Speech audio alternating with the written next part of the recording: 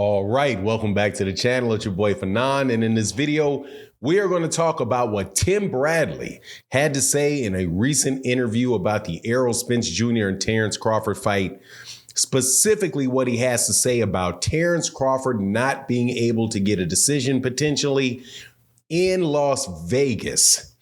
Is he talking about corruption in the sport and thinking that Terence Crawford will get robbed by Errol Spence Jr.? Not quite. Let's talk about that in this video.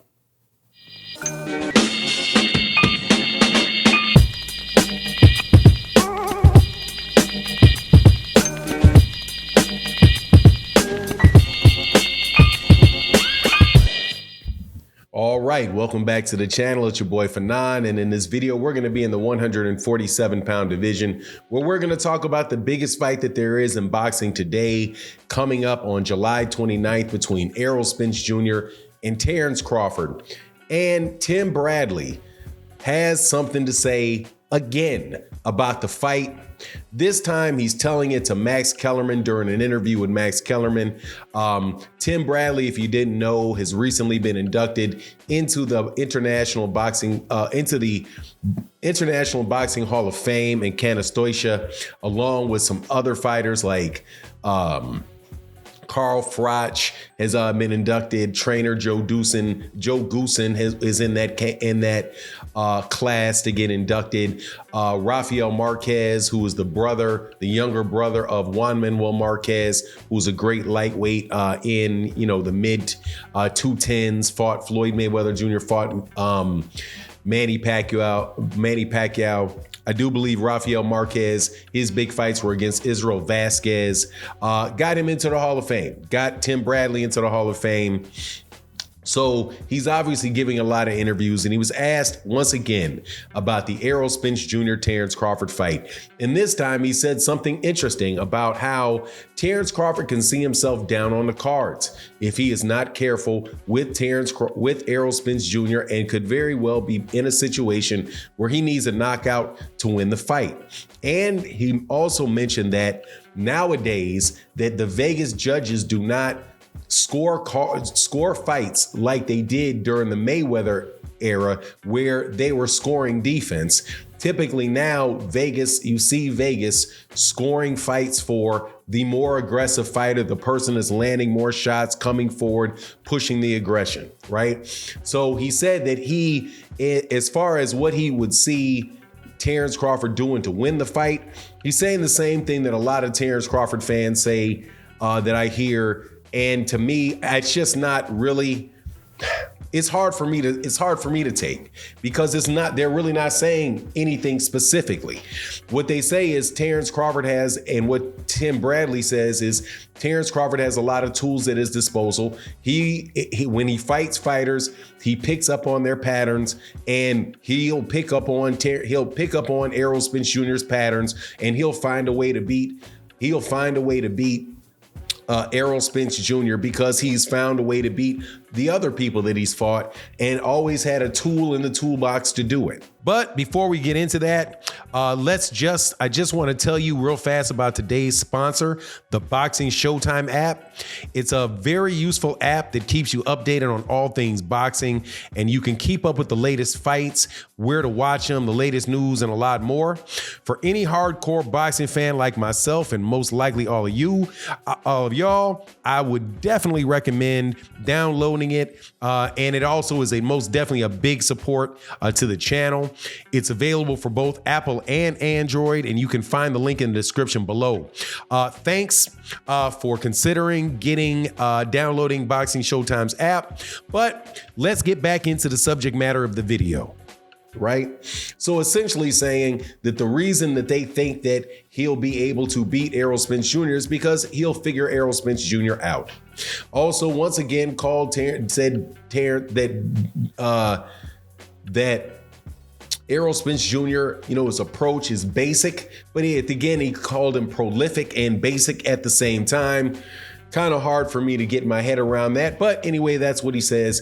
And he also, but in the largest portion of the more significant portion of it is that he says that he believes Terence Crawford will find a way to knock him down, find a way to hurt him.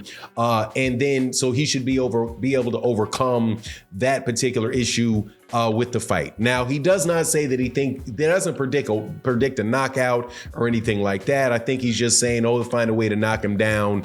And here's my problem with that. All right. Again, you're not giving me anything specific to go off of with this.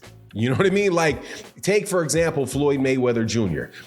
When somebody was talking about Floyd Mayweather Jr. beating Manny Pacquiao, they weren't saying, oh, he's just going to figure it out. No, they'll say, look, no, man, with the Philly shell that he is in, it's going to be very hard for Manny Pacquiao to land a shot, really to land his a shot in that defense that he has, because he's going to be very, very hard to hit. Right. And at the same time, Floyd Mayweather Jr. does these excellent pull counters with his right hand, and seeing as Manny Pacquiao is a sucker for a straight left hand, for a straight right hand, then it's going to be able to be there for Floyd Mayweather Jr. just like it was there for Juan Manuel Marquez when Juan Manuel Marquez beat Manny Pacquiao. Right.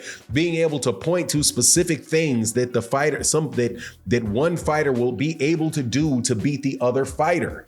Same thing that you would talk about in any other fight, it seems, except this one, where in this one, he's going to figure it out.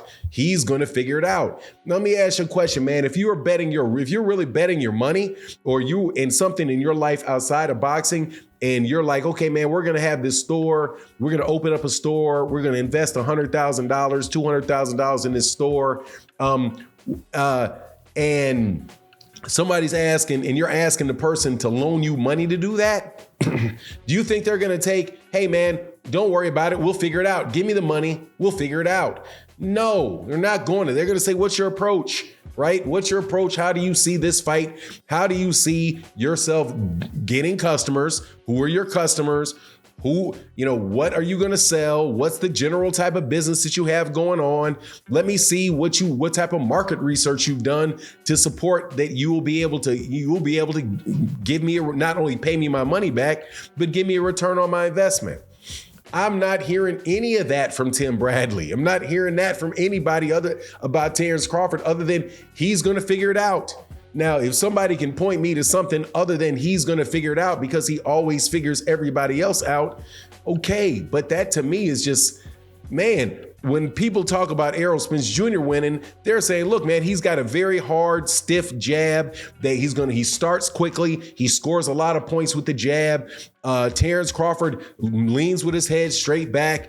And Errol goes to the body. He's going to go head body, right? Over time, he's looking to break Terence Crawford down. If the fight goes 6, 7, 8 rounds, man, that's going to be hard on Terence Crawford. And since Errol throws, his punch output is twice as high is typically twice as high as Terence Crawford's is. By that I mean over a 12-round fight, Errol Spence Jr. is throwing 700, 800 punches, where Terence Crawford over the course of, if you averaged out his fights, because he has gone 10 and 11 rounds, 12 rounds, you see that he throws around 300. He may get up to 400 punches during a round. So if he's not able to hurt Errol, I give Errol winning the rounds just off the fact that he's more aggressive, but not just because he's so aggressive and throwing a bunch of punches, because if you're just super aggressive and throwing a lot of punches, people will catch you with a lot of stuff in between it. A lot of what he's doing is he's throwing a lot of jabs. Now,